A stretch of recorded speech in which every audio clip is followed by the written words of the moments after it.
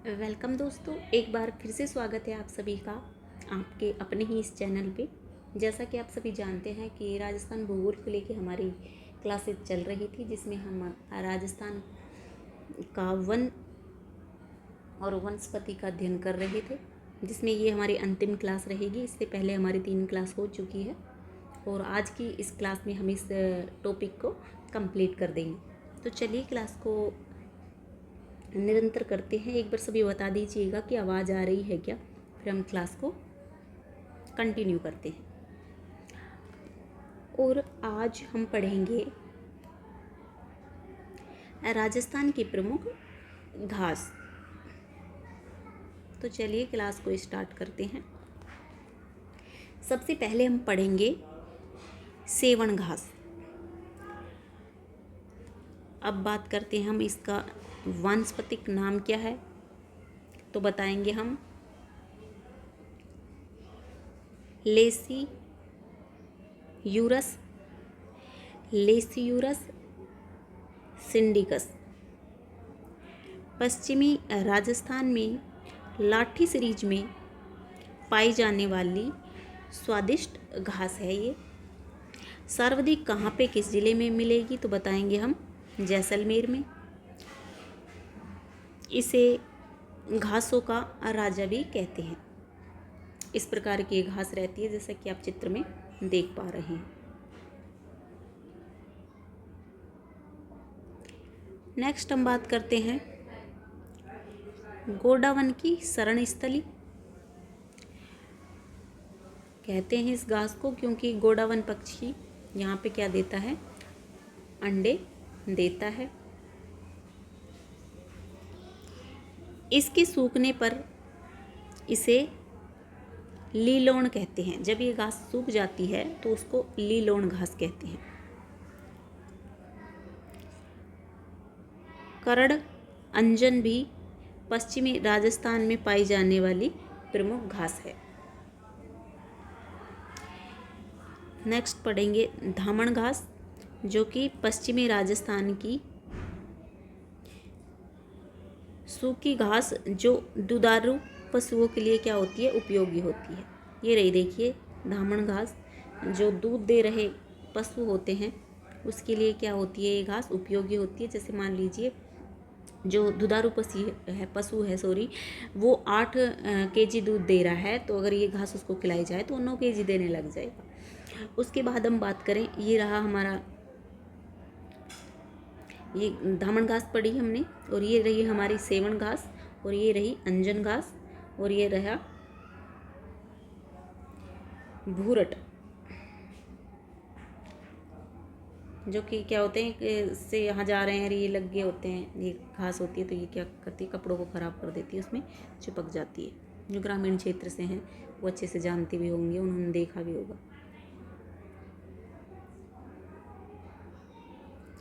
Next है बूर घास, जो कि राजस्थान की सबसे सुगंधित घास है। इस प्रकार की है ये घास, जैसे आप चित्र में देख पा रहे हैं। इससे खुशबूदार तेल प्राप्त होता है, जैसे कि आप यहाँ चित्र में देख पा रहे हैं। इस प्रकार से इससे खुशबूदार तेल प्राप्त किया जाता है। बीकानेर जिले में पाई जाती है ये घास। नेक्स्ट पढ़ेंगे हम खस घास, जो कि ये भी क्या है, एक सुगंधित घास है, जो कि भरतपुर, डीग, सवाई माधोपुर, करौली, टोंक में पाई जाने वाली प्रमुख सुगंधित घास है। इससे पर्दे, घास के पंखे, हाथ के पंखे बनाए जाते हैं। इससे मतलब इस घास से क्या होता है, हाथ के पंखे बनाए जाते हैं और इससे पर्दे बनाए जाते हैं। इसका उपयोग शरबत बनाने के लिए, कमरों को खुशबूदार व ठंडा बनाने के लिए किया जाता है। जैसे कि आप पर्दे इस प्रकार से देख रहे हैं, ये पर्दे बना दिए जाते हैं। आपने जो कूलर देखा है उसकी आपने वो घास देखी होगी जो कूलर में अपन लगाते हैं, वो भी इसी घास से बनी हुई होती है। नेक्स्ट हम बात करेंगे मोथा घास। घना पक्षी विहार भरतपुर में मिलती है ये घास। इसे पक्षी बड़े चाव से खाते हैं। नेक्स्ट है एंचा घास। यह भी घना पक्षी विहार भरतपुर में पाई जाती है।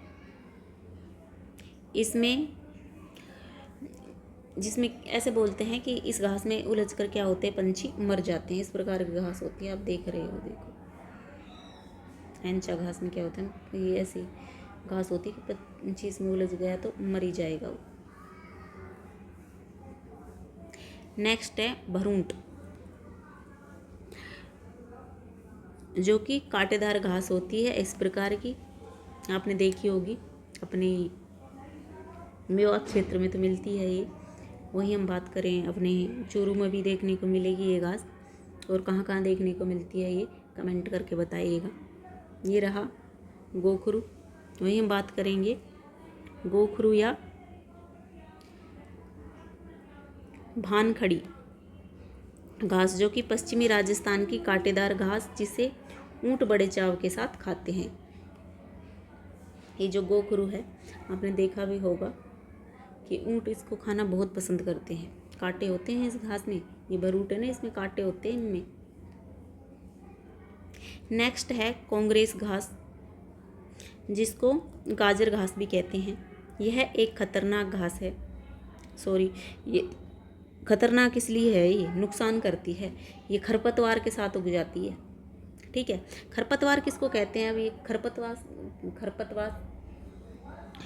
खरपतवार जो घास है वो किसको कहते हैं? जैसे कि आपने कोई फसल उगाई और उस फसल के साथ कुछ जो अनचाही जो घास उग जाती है, उसको कहते हैं हम खरपतवार घास। अब वो खरपतवार घास क्या होती है, वो फसल को नुकसान पहुंचाती है। तो किसान क्या करता है, जब खरपतवार घास उग जाती है तो उसको फसल से अलग करते हैं, उसको काटते हैं, उसको उखाड़ के फेंकते हैं, जिस भी प्रकार से उसको फसल से अलग करते हैं। तो आई होप कि आपको समझ आया होगा। एक बार फिर से बता देती हूँ। ये क्या है कि इधर उधर से साउंड आ जाता है ना, तो थोड़ा माइंड डिस्टर्ब हो जाता है, इसलिए। पर मैं टॉपिक से नहीं भटकती हूँ फिर भी। देखिएगा, हम पढ़ रहे हैं अभी कांग्रेस घास, जिसको गाजर घास भी कहते हैं। ये एक खरपतवार घास है। खरपतवार घास इसको इसलिए कहते हैं क्योंकि ये जो फसल हम उगाते हैं किसान लोग, उसके साथ जो अनचाही घास उग जाती है, उसको खरपतवार घास कहते हैं, जो क्या करती है, नुकसानदायक होती है। ये फसल को नुकसान पहुंचाती है। जैसे ये दूर से बोल रहे होते हैं, मुझे लगता है हाँ फिर डिस्टर्ब होने वाला है, फिर माइंड डाइवर्ट हो जाता है। नेक्स्ट हम बात करते हैं मुरात घास, जो कि शुष्क व अर्धशुष्क क्षेत्रों में पाई जाने वाली पशु चारे की घास है। जैसा कि आप चित्र में देख पा रहे हैं, राजस्थान में सर्वाधिक झाड़ी क्षेत्र पाली अलवर जिलों में व न्यूनतम हनुमानगढ़ गंगानगर जिले में पाया जाता है। अब हम बात करते हैं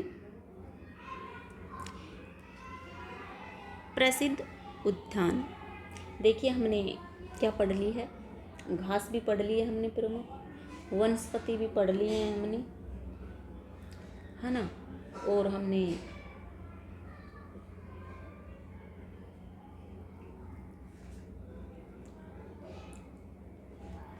वन कहाँ पे कितने पाए जा रहे हैं, प्रतिशत के आधार पर, वनावरण के आधार पर कौन कौन से जिले न्यूनतम वनावरण प्रतिशत, या फिर वन आवरण में सर्वाधिक वृद्धि वाले जिले, वहीं कमी वाले जिले, इन सारी चीज़ों का हम अध्ययन पहले कर चुके हैं, सारी चीज़ों का। और अभी हम पढ़ लेते हैं प्रमुख उद्यान।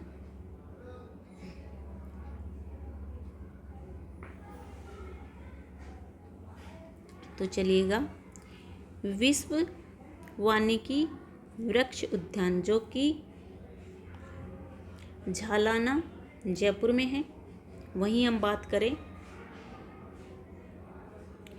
इको टूरिज्म पार्क, जो कि झालाना जयपुर में है। राजस्थान का पहला मरु वनस्पतिक पार्क माचिया सफारी जो कि जोधपुर में है। देखिए काफ़ी बार सिंपल सा क्वेश्चन एग्जाम में पूछ लिया जाता है कि राजस्थान का पहला मरु वनस्पतिक पार्क कहाँ पे है, या फिर पूछ लेते हैं कि माचिया सफारी कहाँ पे स्थित है, यानी कि माचिया सफारी पार्क कहाँ पे है। तो आपको याद रखना है जोधपुर में है। मंडोर गार्डन जो कि जोधपुर में है। चंबल उद्यान आप अच्छे से जानते होंगे कि कोटा में है। ऑक्सीजन पार्क जो भी कोटा में है, ये चंबल उद्यान है, जिसमें यहाँ पे इस प्रकार से क्या टिकट वगैरह मिल जाती है, उसको आप लेके यहाँ प्रवेश करते हैं और यहाँ देख लेते हैं चंबल उद्यान को, ठीक है। और ये रहा ऑक्सीजन पार्क, ज़्यादा बड़ा नहीं है, छोटा सा ही पार्क है। ये यहाँ पे जाएंगे तो यहाँ पे इधर जाके आप फील करेंगे कि यहाँ पे एक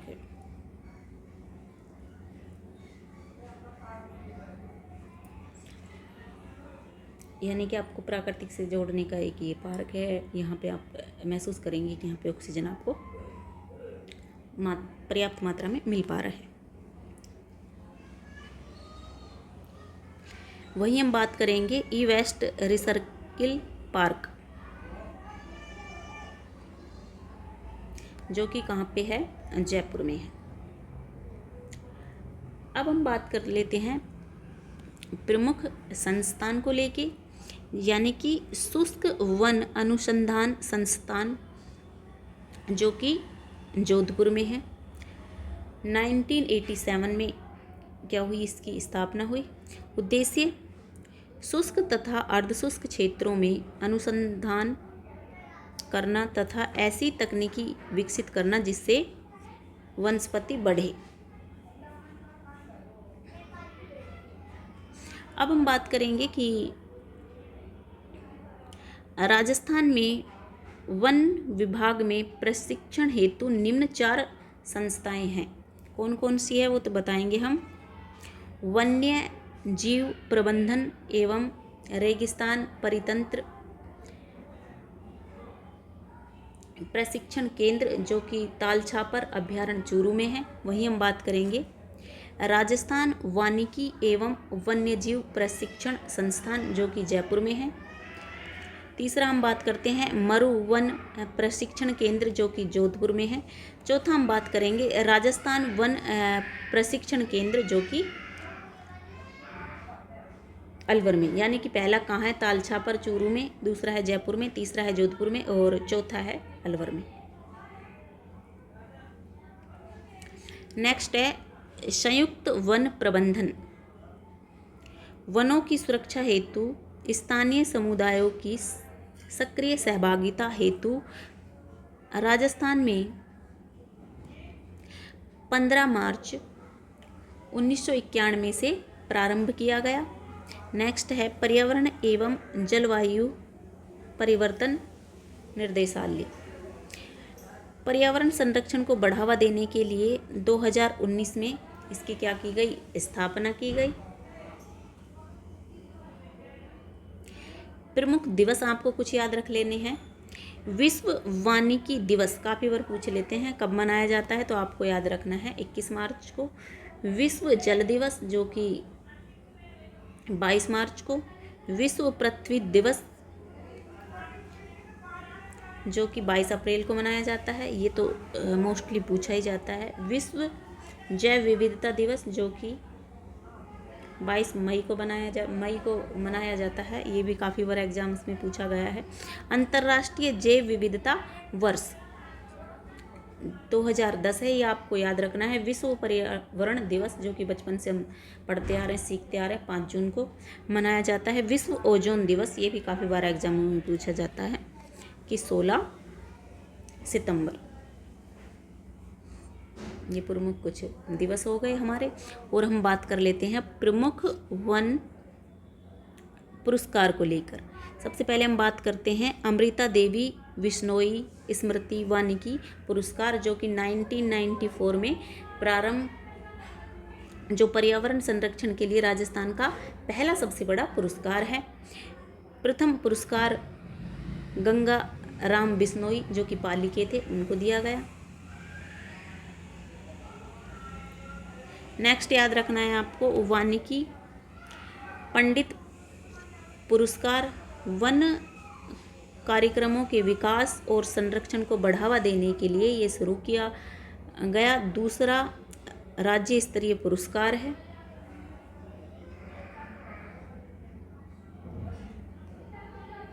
आगे हम बात करते हैं राजीव गांधी पर्यावरण संरक्षण पुरस्कार, जो कि 2012 से दिया जा रहा है, यानी कि इसका प्रारंभ 2012 से हुआ। कब दिया जाता है? तो प्रतिवर्ष 5 जून को जब पर्यावरण दिवस मनाया जाता है उस टाइम पे दिया जाता है। यह पुरस्कार पर्यावरण संरक्षण में उत्कृष्ट कार्य करने वाले 3 श्रेणियों को दिया जाता है। नागरिक 2 लाख रुपए, नगर पालिका 3 लाख रुपए, वहीं हम बात करें संगठन या संस्थान 5 लाख रुपए।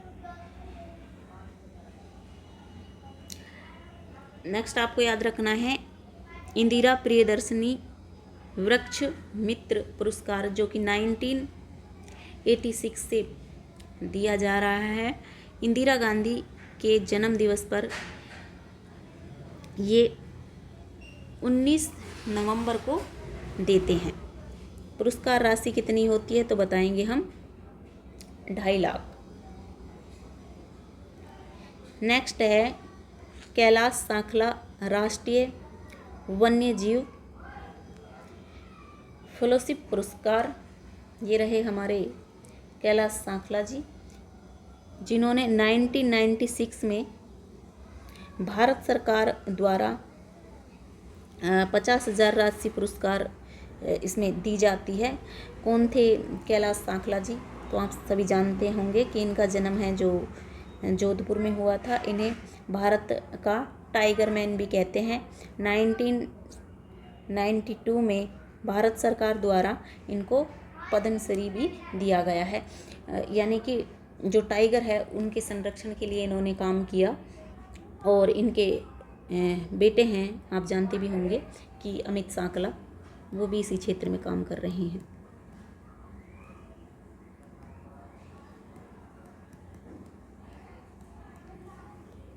ठीक है दोस्तों, अब हम बात करते हैं इंदिरा गांधी पर्यावरण संरक्षण पुरस्कार।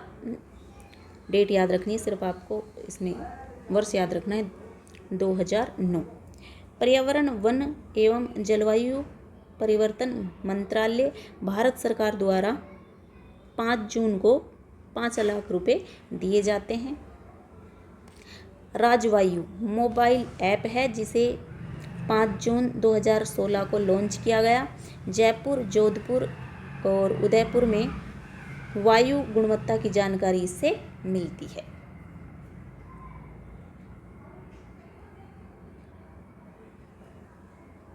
अब हम पढ़ लेते हैं हम प्रमुख वन योजनाएं, जिसमें हम पहले पढ़ेंगे मरु वृक्षारोपण परियोजना, जो कि 1978 में प्रारंभ हुई। राजस्थान के 10 मरुस्थलीय जिलों में संचालित है। कौन कौन से 10 जिले, वो कोई आपको याद करने की ज़रूरत नहीं है, बस सिर्फ इतना याद रखना है कि 1978 में क्या हुई, प्रारंभ हुई, और 10 जो मरुस्थलीय जिले हैं उसमें संचालित है। नेक्स्ट हम बात करेंगे इंदिरा गांधी नहर क्षेत्र वृक्षारोपण व चारागाह विकास योजना। इसमें इंदिरा गांधी नहर के किनारे वृक्षारोपण का विकास करना है।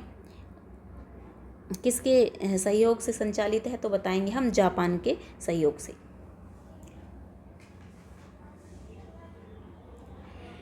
सेम ऐसी ही योजना एक और है, उसको भी आप याद कर सकते हैं, जिसका नाम है राजस्थान वानिकी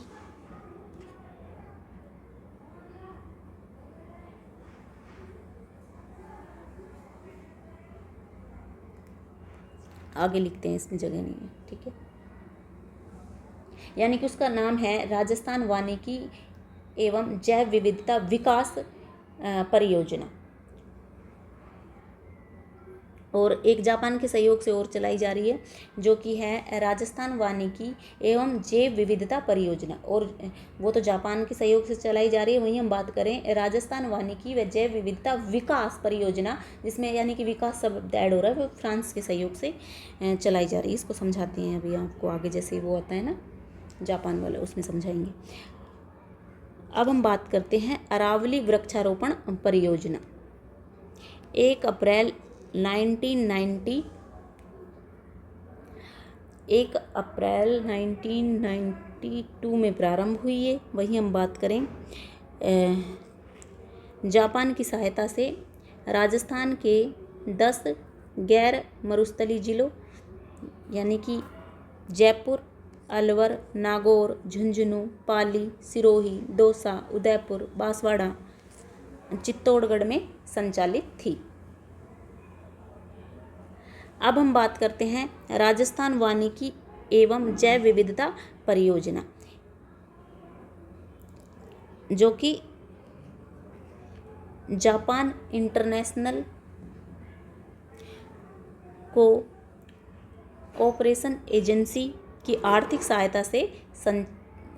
सहायता से संचालित योजना है। इसमें 10 मरुस्थलीय जिले व 5 गैर मरुस्थलीय जिले तथा 7 वन्यजीव अभयारण्य सम्मिलित है। इसका मुख्य उद्देश्य वृक्षारोपण को बढ़ाना है, जैव विविधता, मृदा व जल का संरक्षण करना है। अब आप इसमें मानचित्र में इसको अच्छे से समझ सकते हैं। अब मैं यहाँ बता देती हूँ आपको कि ये तो है राजस्थान वानिकी जैव विविधता परियोजना। अगर यहाँ पे आ जाए आपको जैव विविधता विकास शब्द और ऐड हो जाए तो ये फ्रांस के सहयोग से है। लिख के बता देती हूँ कि राजस्थान वानिकी एवं जैव विविधता विकास परियोजना।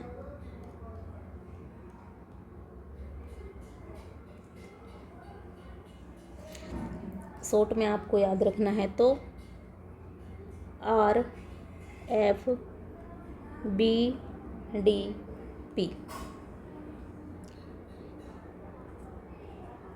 ये जो योजना है यानी कि ये जो परियोजना है वो फ्रांस की सहायता से कितने ज़िलों में चलाई जा रही है ये आपको याद रखना है। 13 ज़िलों में चलाई जा रही है। अब हम बात करते हैं राजस्थान वानिकी एवं जैव विविधता विकास परियोजना,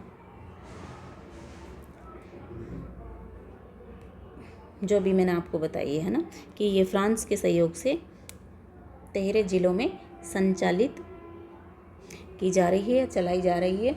देखिए ये चीज़ आपको सर की अगर नोटबुक आपके पास है तो उसमें नहीं है, उसमें आप ऐड कर सकते हैं इस योजना को, इस परियोजना को। ठीक है दोस्तों।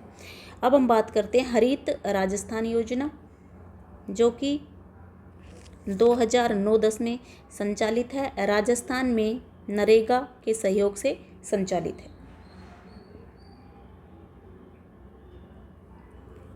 घर घर औषधि योजना, औषधि पौधों को बढ़ावा देने के लिए 1 अगस्त 2021 को ये प्रारंभ की गई।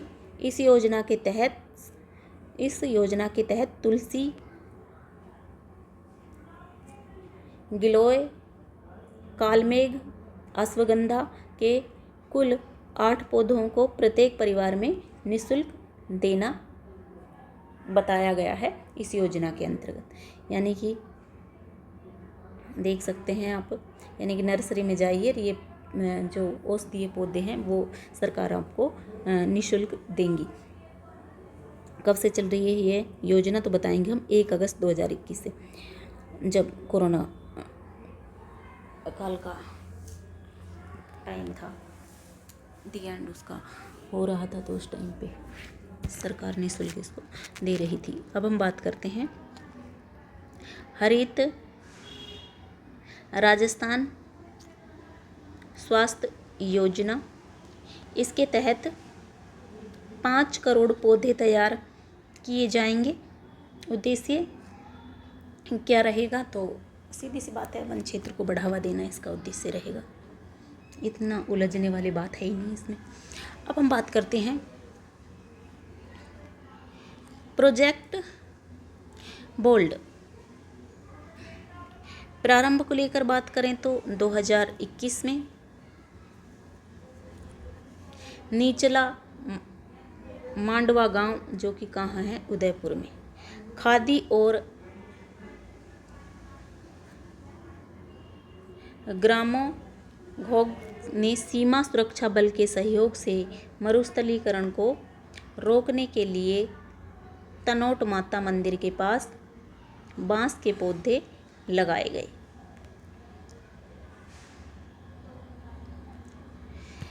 नेक्स्ट अब हम बात करते हैं टोफिर को लेकर, यानी कि ट्री आउटसाइड फॉरेस्ट इन राजस्थान। इस कार्यक्रम के तहत 5 करोड़ पौधे वितरित किए जाएंगे। इको टूरिज्म पॉलिसी, यानी कि राजस्थान में आरक्षित वन क्षेत्रों के बाहर वन क्षेत्रों में पर्यटन को बढ़ावा देने के लिए वन विभाग द्वारा 2010 में व जुलाई 2021 में जारी की। नेक्स्ट और लास्ट है स्लाइड हमारा कि ई अपशिष्ट प्रबंधन नीति, यानी कि पर्यावरण एवं जलवायु परिवर्तन विभाग ने 2023 में प्रकाशित की। उम्मीद करते हैं कि ये टॉपिक आपको अच्छा लगा होगा, आपको समझ आया होगा। अगर आप हमारे चैनल से पहली बार जुड़ रहे हैं तो चैनल को सब्सक्राइब करके हमें सपोर्ट कीजिएगा। ये सेशन अगर आपको अच्छा लगा तो सेशन को लाइक कीजिएगा। अगर आपका इस टॉपिक से संबंधित किसी भी प्रकार का कोई डाउट है तो आप हमें कमेंट कर सकते हैं। Thanks for watching guys. तो मिलते हैं आपसे नए वीडियो में नए टॉपिक के साथ। जब तक स्वस्थ रहिएगा, मस्त रहिएगा, अपना ध्यान रखिएगा। Thanks for watching guys. जय श्री कृष्णा।